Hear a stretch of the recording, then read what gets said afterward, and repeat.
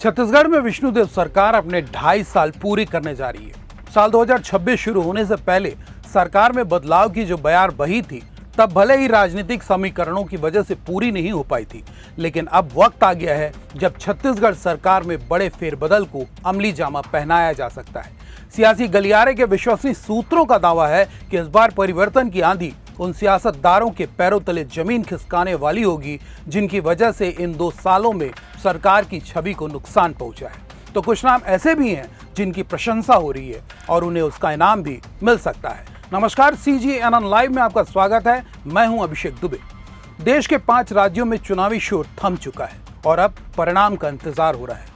भाजपा ने इस बार बंगाल में सत्ता पर काबिज होने के लिए अपनी पूरी ताकत झोंक दी थी, तो बंगाल के मतदाताओं ने भी बढ़कर हिस्सा लिया है, जो सीधे तौर पर पश्चिम बंगाल में भाजपा की सरकार बनने का इशारा दे रही है।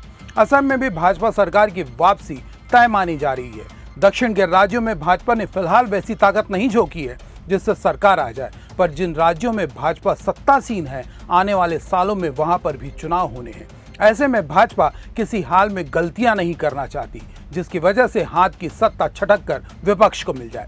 इनमें छत्तीसगढ़ महत्वपूर्ण राज्य है जो खनिज संपदा से भरपूर है और दोहन के लिए पर्याप्त जगह भी, जिसके चलते ही मौजूदा छत्तीसगढ़ सरकार के ऐसे अंगों को काटने की योजना है जिसकी वजह से सरकार की छवि पर प्रतिकूल प्रभाव पड़ रहा है। आइए आपको बताते हैं क्या, कैसे और कब तक बदलाव की तस्वीर नजर आ सकती है। भाजपा ने छत्तीसगढ़ के प्रदेश प्रभारी रहे नितिन नबीन को राष्ट्रीय अध्यक्ष की कमान सौंप दी, लेकिन नए भाजपा अध्यक्ष ने अभी तक अपनी कार्यकारिणी को मूर्त रूप नहीं दिया है। वजह 5 राज्यों के चुनाव थे जो अब संपन्न हो चुके हैं।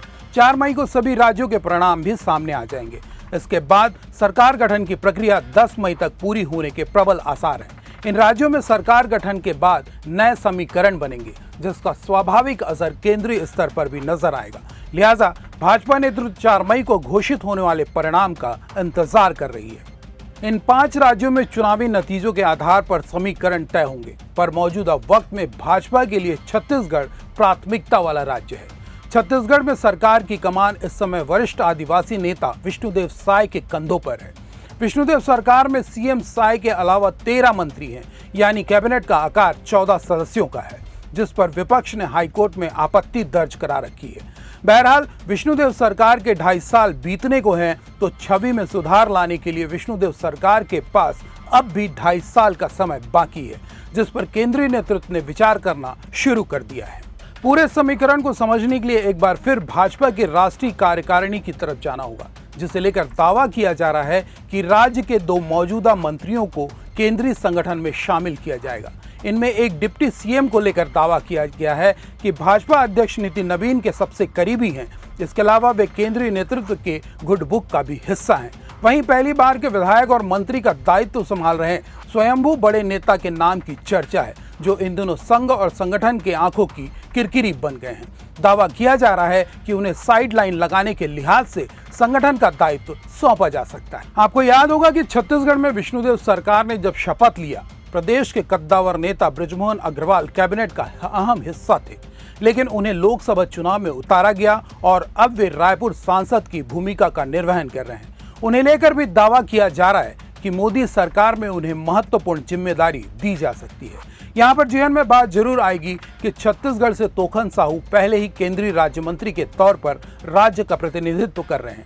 ऐसे में छत्तीसगढ़ से दूसरा नाम कैसे शामिल किया जा सकता है, पर इसके पीछे भी राजनीतिक समीकरण है। तो दूसरी बड़ी जानकारी इस तरह से सामने आ रही है कि बृजमोहन अग्रवाल की वरिष्ठता और उनके कद को ध्यान में रखते हुए उन्हें केंद्रीय राज्य मंत्री के तौर पर स्वतंत्र प्रभार से नवाजा जा सकता है। अब सवाल उठता है कि आखिर कब तक नए समीकरण को अमली जामा पहनाया जाएगा।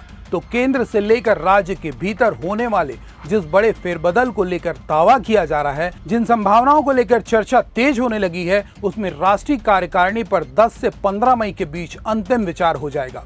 वहीं दावा इस बात का भी किया जा रहा है कि 20 मई तक तमाम समीकरणों को साध लिया जाएगा। छत्तीसगढ़ में सरकार के भीतर संभावित फेरबदल को भी 20 मई के पहले ही अंजाम दिए जाने की योजना है। इस पूरे मसले पर आपका राजनीतिक विवेक क्या कहता है, कमेंट जरूर कीजिएगा। प्रदेश की हर बड़ी खबर के लिए चैनल को सब्सक्राइब भी कर लीजिएगा। नमस्कार।